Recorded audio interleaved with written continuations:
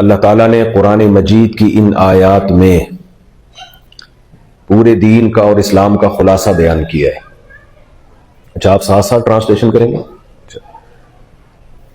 پورے دین کا اللہ نے ان آیات میں خلاصہ بیان کیا ہے. اور اسلام کی یہ خوبی ہے کہ اگر یہ آیت نہ ہوتی اور یہ قرآن کے مضامین نہ ہوں تو انسان میں اور حیوان میں کوئی فرق نہیں رہتا. قرآن کہتا ہے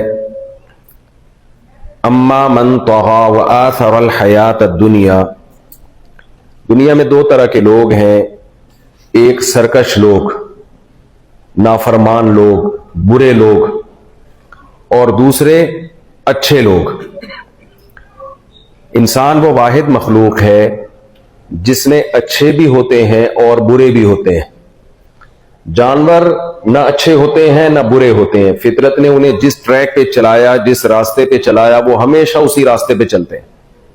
جو صفات ان کے اندر فطرت نے، قدرت نے ڈال دی ہیں، وہ صفات چینج نہیں ہوتی. لیکن انسان میں ظالم بھی ہیں، عادل بھی ہیں، سخی بھی ہیں، کنجوس بھی ہیں، حیا والے بھی ہیں، بے حیا بھی ہیں، بہادر بھی ہیں، بزدل بھی ہیں، شکر گزار بھی ہیں، ناشکرے بھی ہیں، غیرت مند بھی ہیں، غیرت لیس بھی ہیں. یہ ساری صفات انسانوں میں ہوتی ہیں، یہ جانوروں میں یہ صفات نہیں ہوتی.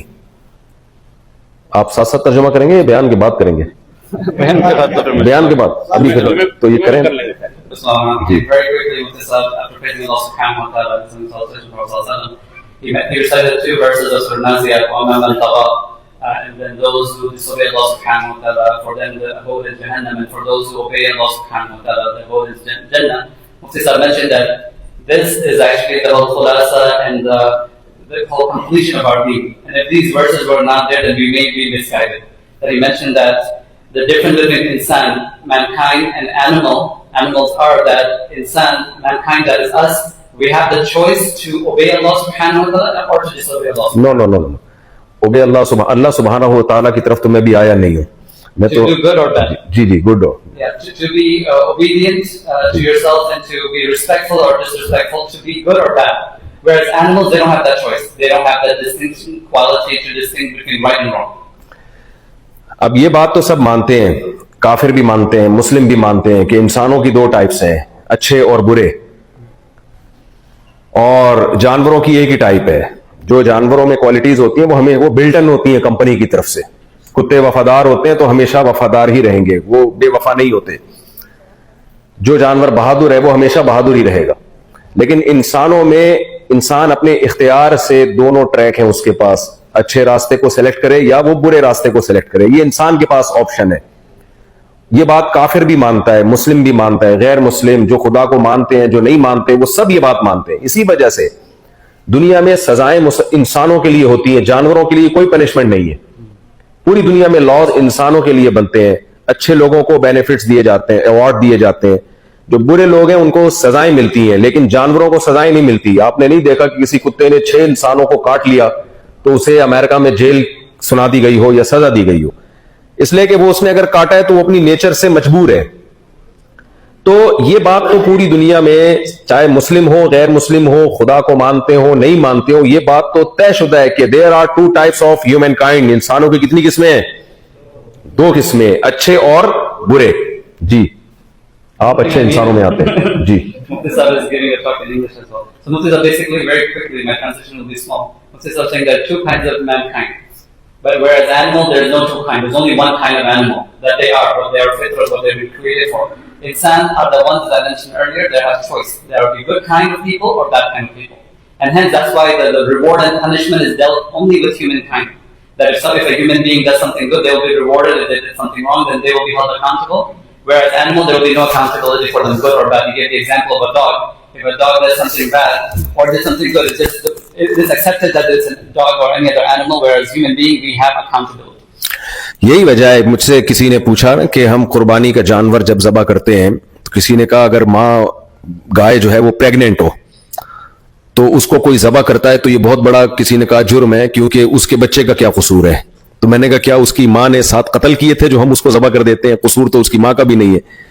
تو جانور کو ہم جو ذبح کرتے ہیں وہ کھانے کے لیے کرتے ہیں, اس کے کسی جرم کی سزا نہیں دی جا رہی ہوتی اس کو. So the example he gives is when you slaughter an animal, especially let's say for a cow. Someone asked Mufti Sahib an example. What if it's a female cow, it's a pregnant cow? You know, it's unfair that we slaughter that cow and there's a fetus or the young born which is right there. So Mufti Sahib in response is saying we are not slaughtering that animal because they have done something wrong. Rather, we slaughter it because of the command of Allah subhanahu wa ta'ala has made it easy for us, so we consume, we eat that animal. So there is no logical understanding that we are paying back that animal or it's a punishment for that animal that we are sacrificing. تو اب مسئلہ یہ ہے کہ یہ تو سب مانتے ہیں کہ انسان اچھا ہوگا یا برا ہوگا. اب اچھائی کی ڈیفینیشن کیا ہے؟ اچھا انسان کہتے کس کو ہے؟ اس میں لوگوں کا اختلاف ہے. اچھا انسان کہتے کس کو ہے؟ اسلام کا دعویٰ یہ ہے کہ یہ گاڈ, خدا, اللہ ڈیسائیڈ کرے گا کون سی کوالٹیز ہیں, کون سی صفات ہیں جو اچھی ہیں, وہ اپنے اندر پیدا کرو گے تو آپ اچھے انسان کہلاؤ گے, اور کون سی صفات ایسی ہیں, کون سی کوالٹیز ایسی ہیں جو آپ اگر اپنے اندر پیدا کرو گے تو آپ برے انسان کہلاؤ گے. اسلام نے اس کو بہت اچھے طریقے سے ایکسپلین کیا ہے, جس کو کہا جاتا ہے وحی. خدا بتائے گا, اگر خدا نہیں بتائے گا تو انسان خود فیصلہ کریں گے, اور انسان کے لیے جب اچھائی اور برائی کا ایک کرائٹیریا, ایک معیار متعین کرتا ہے, اس میں ڈنڈی مارتا ہے, اس میں دھاندلی کرتا ہے, 2 نمبری کرتا ہے. جی. So Mufti Sahib saying now when we speak about mankind, that the qualities of mankind when we mentioned earlier, the good and bad, when we're speaking about the good nature of a human being, who decides that? So he's saying that we get that definition of what makes a person good is what we get from Allah subhanahu wa ta'ala, because it cannot be man-made qualities or man-made criteria. Because he's saying that if we were to decide what is the criteria for being good, because of the nature of us as human beings, we will shortcut and we will make some exceptions for one another. اگر ہم انسانوں سے, خدا سے نہیں فیصلہ کرواتے کہ اچھائی کسے کہتے ہیں, برائی کسے کہتے ہیں, گاڈ سے نہیں پوچھتے, خدا سے نہیں پوچھتے, تو ہمارے پاس پھر اچھائی اور برائی کو متعین کرنے کے لیے بہت ساری چیزیں. ایک ہے کلچر ڈیسائیڈ کرتا ہے کہ یہ اچھا ہے, یہ برا ہے. تو آپ کیا سمجھتے ہیں ہم کلچر پہ چھوڑ سکتے ہیں؟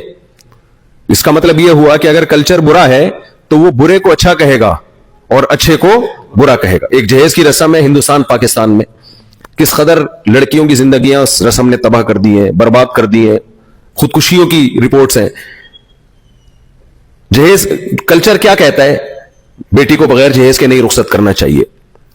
تو ہم اگر کلچر کو فالو کریں گے تو کلچر بہت ساری چیزوں میں ہمیں غلط چیز کی طرف لے کے جاتا. کلچر ہومو سیکشولیٹی, لوط علیہ الصلوۃ والسلام کی قوم کا جو کلچر تھا اس میں ہومو سیکشولیٹی بہت زیادہ پھیل چکی تھی.